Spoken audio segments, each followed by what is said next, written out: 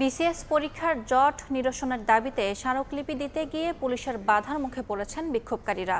মঙ্গলবার সারাদিন বাংলাদেশ সরকারি কর্ম কমিশন পিএসসির সামনে বিক্ষোভের পর রাতে রাষ্ট্রীয় ভবন পদ্মায় স্মারকলিপি জমা দিতে গিয়ে হোটেল ইন্টারকন্টিনেন্টাল মোড়ে পুলিশের বাধা মুখে পড়েন চাকরি প্রার্থীরা। সম্প্রতি 46তম বিসিএস সহ 4 বিসিএস এর পরিকল্পনা জানিয়েছে পিএসসি।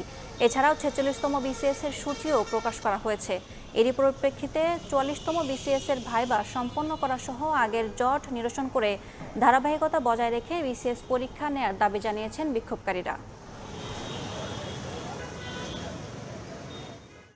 পিএসসির সামনে আমরা 7টা পর্যন্ত বসেছিলাম। বিশ্বাস করেন ভাই, একটা মানুষ, একটা পিএসসির একটা মেম্বার তার এসি রুমটা থেকে বের হয়ে গেটটা পর্যন্ত আসে নাই। স্মারকলিপি ওনারা আজকে ডিসি স্যার নিচ্ছে, উনি ওনার থ্রোতে একটা জায়গায় পৌঁছা দিবেন।